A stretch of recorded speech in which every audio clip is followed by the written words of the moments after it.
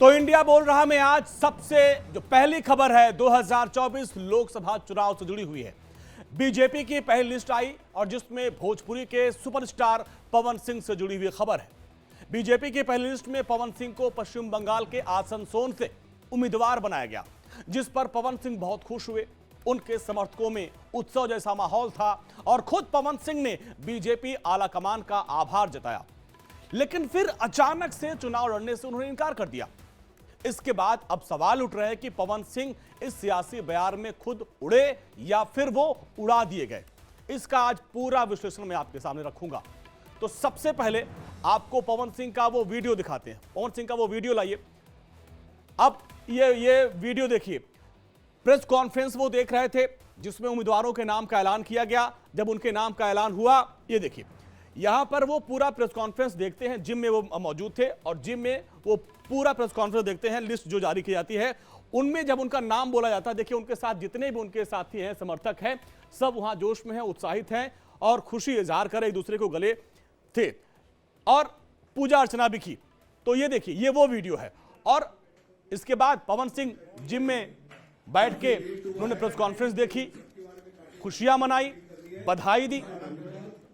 आसनसोल का जैसे ही नाम आया, उनके बॉडी लैंग्वेज से ये साफ पता चल रहा था कि वो अपना नाम सुनना चाहते थे और हुआ भी कुछ ऐसा। उनके नाम का ऐलान हुआ, जश्न हुआ और फिर आप देखिए उनके तमाम साथियों ने, उनके समर्थकों ने उनको बधाइयां देनी शुरू कर दी। इसके बाद पवन सिंह ने सोशल मीडिया प्लेटफॉर्म एक्स पर एक पोस्ट किया जिसमें उन्होंने प्रधानमंत्री मोदी, अमित शाह और जेपी नड्डा को, बंगाल बीजेपी समेत तमाम बीजेपी नेताओं को टैग करते हुए धन्यवाद कहा और लिखा कि शीर्ष नेतृत्व को धन्यवाद। और ये तस्वीरें भी आपके सामने हैं। एक पोस्ट किया और जिसमें लिखा कि मुझे लोकसभा सीट आसनसोल पश्चिम बंगाल से उम्मीदवार बनाए जाने के लिए राष्ट्रीय नेतृत्व, बीजेपी के सभी महानुभावों का वंदन, चंदन और अभिनंदन। यानी पवन सिंह ने चुनाव में उतरने की पूरी तैयारी कर ली थी।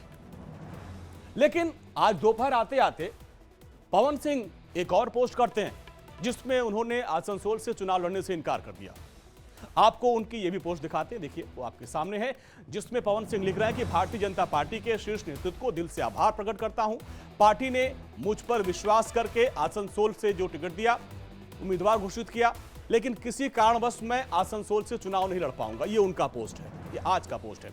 इसके बाद से फिर कई तरह के सवाल उठने लगे हैं। इस पोस्ट में भोजपुरी सुपरस्टार ने बीजेपी के अध्यक्ष जेपी नड्डा को टैग करते हुए लिखा कि बीजेपी के शीर्ष नेतृत्व को दिल से आभार प्रकट करता हूं। पार्टी ने मुझ पर विश्वास करके आसनसोल का उम्मीदवार घोषित किया, लेकिन किसी कारणवश मैं आसनसोल से चुनाव नहीं लड़ पाऊंगा। इसी एक्सपोर्ट्स के बाद सियासी गलियारे में कई तरह के सवाल उठने लगे। इसके बाद जेपी नड्डा ने पवन सिंह को तुरंत दिल्ली तलब किया और अब दिल्ली में उनसे बातचीत की जा रही है कि पूरे मामले को लेकर कि क्यों वो ऐसा कर रहे हैं। अब देखिए, आसनसोल से टीएमसी के सांसद हैं शॉटगन यानी शत्रुघ्न सिन्हा। अब उन्होंने इसको लेकर क्या कुछ कहा, पवन सिंह पे क्या कुछ बोला, जरा आप भी वो सुनिए। मैं कहूँगा अच्छा आदमी है, अपना बच्चा है, परिवार का है, लेकिन जो फैसला जो किया है लड़ने का नहीं लड़ने का, ये उनका या उनकी पार्टी का अपना अंदरूनी मामला है, इंटरनल अफेयर है। इस पे मैं कोई कमेंट करने वाला है, दखल अंदाजी देने वाला कौन?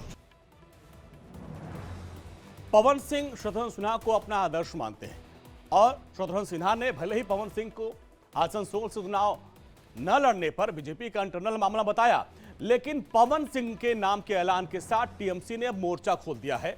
अब आपको पवन सिंह के चुनाव लड़ने से इनकार करने की पूरी इनसाइड स्टोरी बताते हैं। आपको ध्यान से देखना होगा, समझना होगा, क्योंकि ये पूरे यूपी, बिहार, झारखंड और बंगाल को प्रभावित करने वाला मामला है।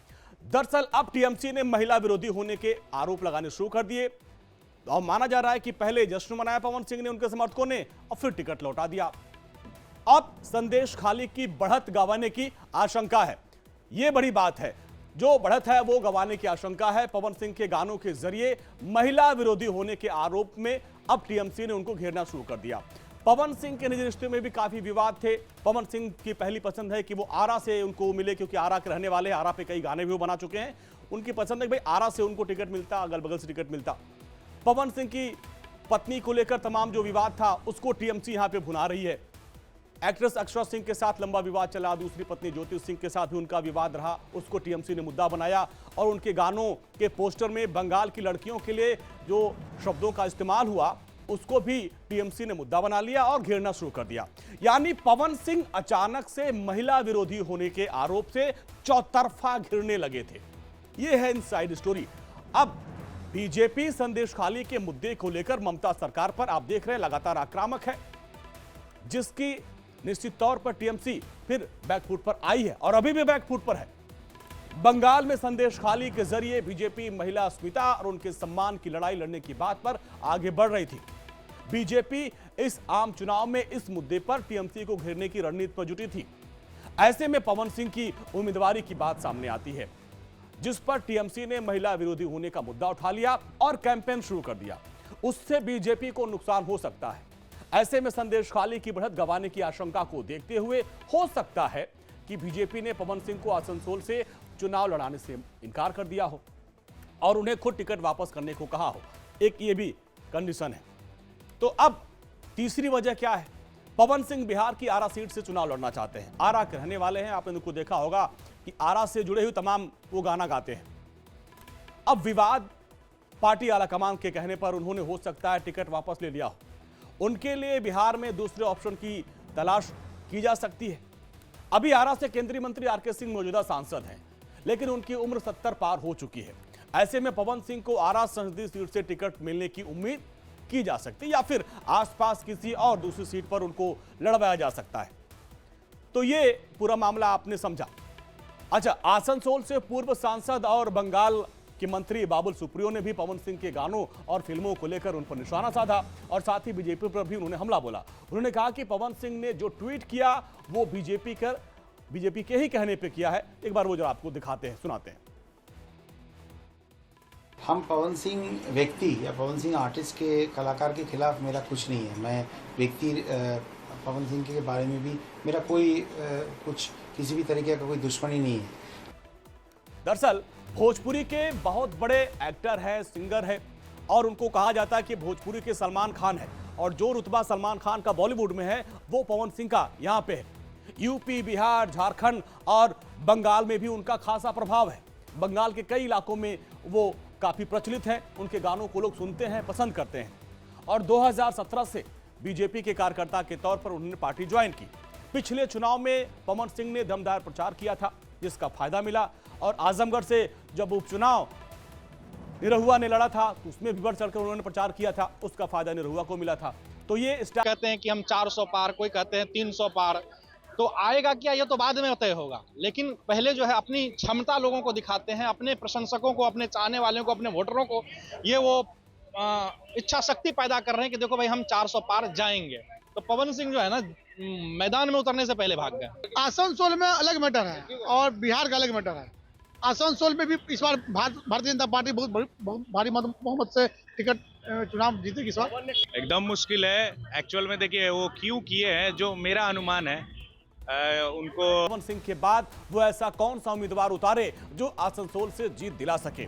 तो अब आपको वो नाम भी रखते हैं कि आखिर वो कौन से उम्मीदवार हैं जो आसनसोल से बीजेपी उतार सकती है। अब वो नाम लाइए। देखिए, पवन सिंह के बाद दावेदार कौन है? आसनसोल से पवन सिंह अगर नहीं है तो फिर कौन होगा मैदान में? अब वो नाम आपके सामने लाते हैं। दरअसल आसनसोल ऐसी सीट है जो हिंदी भाषी बाहुल्य है। यहां पर 2014-2019 में सिंगर से राजनेता बने बाबुल सुप्रियो ने जीत दर्ज की थी। उसके बाद फिर उपचुनाव हुआ टीएमसी के टिकट पर सुपरस्टार शत्रुघ्न सिन्हा वो जीते, जो मौजूदा सांसद है वहां से। टीएमसी फिर उन्हें टिकट दे सकती है। ऐसे में बीजेपी उनके सामने किसी सुपरस्टार को उतार सकती है जिसकी छवि ठीक ठाक हो, जो शत्रुघ्न सिन्हा को टक्कर दे सके। तो इसके अलावा बीजेपी उन दावेदारों में से किसी को टिकट दे सकती है जो इस सीट पर लंबे समय से सक्रिय रहे हैं।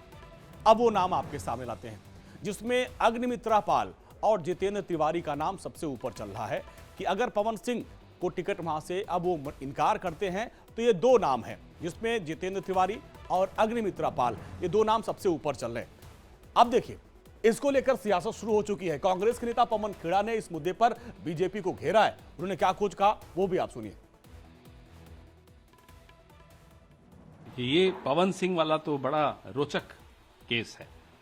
3:30 बजे तक सुबह प्रधानमंत्री जी मंथन करते हैं और सब तारीफ कर रहे हैं, पूरा मीडिया, अरे साहब क्या एनर्जी है प्रधानमंत्री की। 3:30 बजे तक सुबह मंथन किया टिकटों पर, और मंथन से क्या निकला? पवन सिंह प्रधानमंत्री हैं इस देश के, सारी एजेंसीज उनके कंट्रोल में हैं।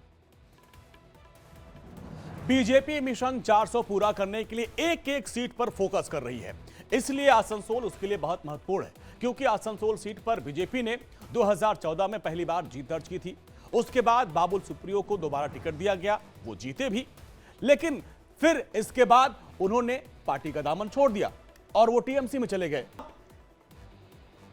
हमने एक्स और यूट्यूब को लेकर इसको एक पोल किया, जरा वो पोल लाइएगा, पोल लाइए। इसके बाद देखिए, पवन सिंह का चुनाव लड़ने से इनकार बीजेपी को पहुंचाएगा नुकसान, ये हमने एक्स पर पोल किया। अब इसमें क्या रिजल्ट आया, अब देखिए। हां में 68%, मैं इधर आ जाता हूं, हां में 68% लोगों ने कहा कि हां इससे नुकसान होगा, 32% लोगों ने कहा नहीं। तो ये तो रिजल्ट है पवन सिंह के इस स्टैंड के बाद से। अब देखिए, जो हमने यूट्यूब पे किया था, उस पर सवाल था, उस पर भी देखिए 84% लोगों ने कहा हां नुकसान होगा। तो ये देखिए 16% ने कहा नहीं होगा। तो आप देखिए पवन सिंह के इस जो स्टैंड लिया उसके बाद से कहा जा रहा है कि 84% लोग कह रहे हैं कि नहीं भाई इससे तो नुकसान होगा। ये कहानी है। तो ये तो रही पवन सिंह और सुपरस्टार की कहानी। अब आगे बढ़ते हैं।